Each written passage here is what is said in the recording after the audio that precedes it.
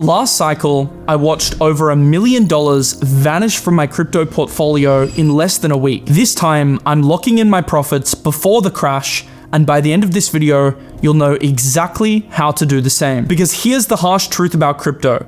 Making money is easy, but keeping it is even harder. In crypto, it's much easier to buy than it is to sell. We all know the feeling, that rush of euphoria when it comes to buying an altcoin. But for some reason, when it comes to selling, it just feels so much more difficult. But you need to know when to sell at the right time, because every single cycle, the crashes can be devastating. For example, Bitcoin plunged 84% in 2018, then another 77% in 2022. But despite these lessons, most investors keep making the same mistakes cycle after cycle. I know because I was one of them. In 2021, I made over 7 figures and I watched the majority of my profits evaporate. Despite making good money during the surge, I ended up round tripping the majority of my gains. After that painful lesson, I built a 5-step foolproof plan to locking in my crypto gains. And by the end of this video, you'll be equipped with the strategy to crush it this cycle. Step 1, define your freedom number. Set a realistic goal. Instead of picking a crazy target like 20x or 50x, set something that you can actually adhere to. For some people, it might be a 5x, and for others that are more conservative, you might be happy with a 2 or a 3x. Nothing is wrong in crypto. It's all based on your personal goals. What you need to accept is that the higher your target, the more risk you're going to need to take on to get to that target. So really think about what your number is, what you would realistically be satisfied with this cycle, and that's the first step to achieving your profit goals this cycle. Make sure you stay until the end, because at the end of this video, I'm going to give you a simple 2-minute strategy, which actually saved me hundreds of thousands of dollars during the last crypto crash. Now time for step 2, and this one is extremely important because it's going to help us spot when the market is getting overheated. I call this the traffic light dashboard. Instead of looking at dozens of charts and trying to work out whether the market is frothy or not, there is a very simple website that clearly lays out whether the market is in peak territory or whether we are far away from Bitcoin's cycle peak. It gives you a simple color-coded bar in order for you to work out where the market is currently sitting. This can help you frame your ability to take on risk during this period in the market. These are the 3 signals on this dashboard that matter the most. 1, the Pi cycle top indicator. This is historically accurate within days of Bitcoin's peak. 2, the MVRV Z-score. When it climbs above 7, this is a historical indicator that Bitcoin is dangerously overpriced. And 3, funding rates. When retail piles into leverage, this is a typical sign that the market is starting to get overheated and that you should be cautious. If one of these indicators is red, I'm starting to get a bit cautious. If 2 of these indicators are red, I'm getting really cautious. And if all 3 indicators are red, I'm looking at going almost completely risk off. Let's take a look at where we currently sit right now. Right now, you can see that Bitcoin is firmly in the hold territory. None of the traditional cycle top indicators have hit yet this cycle. Now, there is one caveat, and that's the fact that the institutionalization of Bitcoin and the new ETFs, which have brought in an entire new cohort into crypto,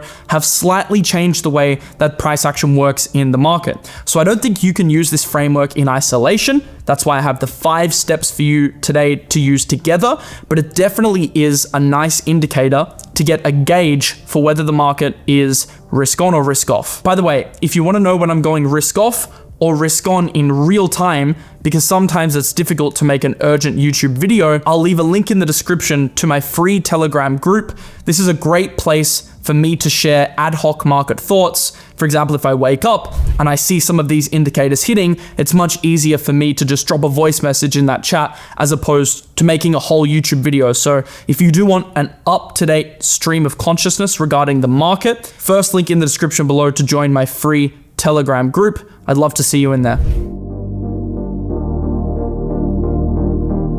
Step 3, automate your profit ladder. If selling depends on your own willpower, you've already lost. You need a system which ensures that you're taking profits over time. It's obviously great to have an idea of when a cycle top is hitting, looking at the previous step that I explained. However, it's still good practice to incrementally take profits throughout the cycle when the markets are rallying, because that enables you to have dry powder to A, take advantage of dips when they come, and B, have the mental fortitude not to panic if the market begins a correction. Implementing a consistent incremental take profit strategy has been one of the highest leverage things that I have done in my crypto career. And since I started doing this, I've become a much less emotional trader and investor, and I've had the mental fortitude to take advantage of big opportunities in the market. Just the other week, Bitcoin crashed to $75,000, and I publicly made my biggest Bitcoin buys of all time. I was only able to do that on that day when everyone else was panicking because I had dry powder set aside. Now, I personally aim to keep around 20 to 30% of my portfolio in stables at all times as a minimum. Right now, I'm slightly more aggressive, closer to 50%, but for the average person, I suggest around 20%. But the only way to even get to 20 to 30% is through taking advantages of pumps. All right, so this is how I implement an incremental take profit system for every coin in my portfolio. You want to do this for every specific coin because every specific coin has its own risk parameters. So I'll give you an example. For Bitcoin, because Bitcoin is a safer asset and because it's less volatile, you want to pick lower increments. What do I mean by this? Well, perhaps every time Bitcoin goes up 20%, you take 20% of your stack off the table. Bitcoin is unlikely to pull 100, 200, 300% moves in a short amount of time, so your take profit increments will be lower. On Solana, for example, it's slightly more volatile than Bitcoin and has more upside, so instead of incrementally taking profits every time it moves 20%, you might take profits every time it moves 50%. And as you move down the risk curve and you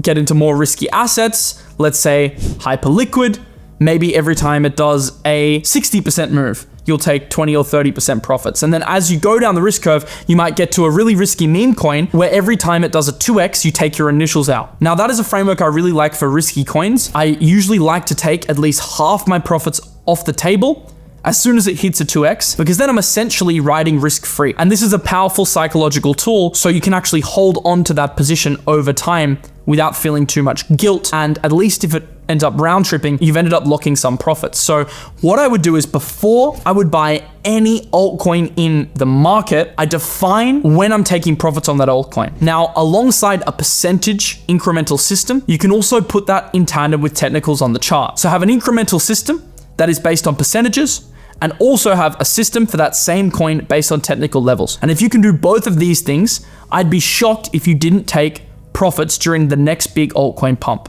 And the next time there's a crash in the market, you'll actually have the necessary dry powder to either buy in or at least sit on the sidelines without panicking because you've balanced your risk weighting with cash. Now you've actually taken some profits, right? But should you keep all your money in stablecoin? Should you take money into USDT? Or should you look at parking your money somewhere to earn yield, or put your altcoin profits into Bitcoin so you can continue to stack sats? Well, this is a rough framework that I adhere to, depending on the market conditions, in order to make sure that I'm not only taking profits into stables, but I am also earning money on my stables, or at least earning more Bitcoin. 40% could go into US Treasury yields. So this is like having fiat.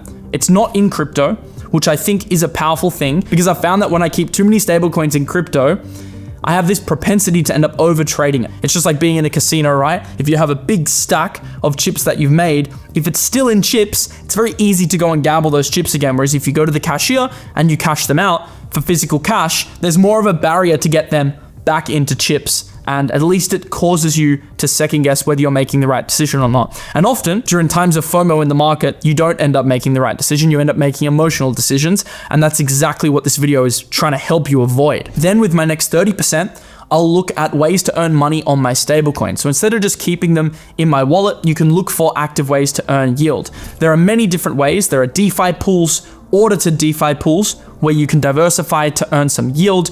There are other private markets that enable you to earn money on stablecoins. As long as you're diversified and it's not all on one ledger and it's not all with one protocol, I think sometimes you can justify the risk reward. I also understand those that don't want to take on the smart contract risk just for 6 to 8% on their stablecoins, and I think that's totally fine. It depends on how much money you have. If you only have, let's say, a $5,000 to $10,000 portfolio, maybe it's not even worth the risk. But as you start to make more money, inflation becomes more of a risk. So looking at ways to earn yield is certainly something that's attractive to me. And then the other 30%, I just keep in flat stables. This is just money that I keep liquid, and when I want an opportunity, I can take advantage of that opportunity. Now, out of this 30%, I recommend you put at least half into cold storage. That eradicates part of the issue that I discussed before about gambling your money, and then I'll keep some on exchanges, right? Because I still need liquidity for limit orders to hit. One strategy that I use in the market is I set stink bids across the market. So I want to catch any crazy wicks that happen to the downside on illiquid markets, especially to see if I can get some cheeky orders filled. That's why at all times I need at least a little bit of stables in my exchanges just to make sure I have exposure. But obviously there's this rule in crypto, not your keys, not your coins. So you also have to make sure you don't have too much that it becomes a major security risk. So it's just about finding the balance. All right, now for step 5. And this one is critically important. It's beating your own psychology. Most people don't actually lose to the markets, they lose the mental game. So one element is mastering the market, and the other element is mastering your mind. Here's a 2-minute strategy that I implement every single week just to make sure that I reset my mind and I'm cognizant of the decisions that I'm making in the market. So every single Sunday, ahead of a big week in crypto, I do a little bit of a reflection exercise. The first thing I do is I take some deep breaths. I want to calm down after a hectic week, and I want to make sure I'm in a really relaxed state before making financial decisions. I also suggest, by the way, as a general rule, before you buy any altcoin, you actually go outside, you do some breath work, you come back and you work out whether you actually want to buy that altcoin, because a lot of people buy stuff on a whim and then they don't even know where they're buying, right? You always need a plan, your full plan before buying an altcoin. That's where a lot of people end up screwing up. So the first thing I do before I do this 2 minutes is I sit down, I take some deep breaths. The second thing, you want to write down based on your own altcoins, your exact take profit plan. So what I'll do is every Sunday, I'll just read and I'll just review that plan while I'm looking at my overall portfolio, and I'll make sure that I'm actually sticking to it throughout the next week. The third thing I do, and this is extremely important, is I update my limit orders. So what I'll do on a Sunday is I'll spend a minute just going through all my exchanges, going through the dexes, and I'll just make sure all my limit orders are set across my altcoins. It usually only takes a couple of minutes just to make sure they're still set, but obviously the initial configuration can take a little bit longer than a couple minutes. You just want to make sure you're keeping an eye on that. And I like to do all of this at once a week. So I make sure that I have that mental reset ahead of the next week. And then the fourth thing that I do, and this is very important, is I log my emotions. You can do this on a ChatGPT chat. You can write it down if you want. I like ChatGPT because I like sending voice memos, and I'll basically just have a journal. It's actually my trading journal. I reflect on the good trades of that week, the bad trades of that week, and my goals for the next week. It's quite helpful in terms of making me understand my own emotions, and it will give feedback based on the prompts that I give it. Implementing that one strategy actually recently saved me over $500,000. So just 2 minutes saved me $500,000 because it was a Sunday, I think about a month and a half ago. This was just before the Bitcoin crash, and it's when the market was still looking fairly solid. And I set my limit orders for the next week. I actually realized a few weren't set. I fixed them, and then those profit levels actually hit, and then the market ended up crashing a week later. And if I hadn't done that routine on that Sunday, I wouldn't have grounded my portfolio to have the necessary capital to buy into the next dip. So you'll actually find times where this saves your portfolio. All right, now let's do a recap of the video. Number 1, set your freedom number. Number 2, track the color-coded traffic light signals. Number 3, automate your take profits with an incremental TP system. Number 4, strategically place your profits into productive buckets and diversify your profit taking. Number 5, use the 2-minute rule to avoid emotional mistakes. These are the 5 steps that you can use to make sure you lock in your crypto gains. You can screenshot the blueprint immediately and start executing right now. Subscribe if you found this video valuable, share it with a friend to help someone else out in the crazy market of crypto. And remember that securing your gains isn't just luck, it's strategy. I'm also going to leave a link in the description to my free Telegram if you want real-time thoughts on the market in case we hit a major TP zone for myself or a major buy zone. I'll see you in the next video. As always, have a lovely rest of your day. Peace out.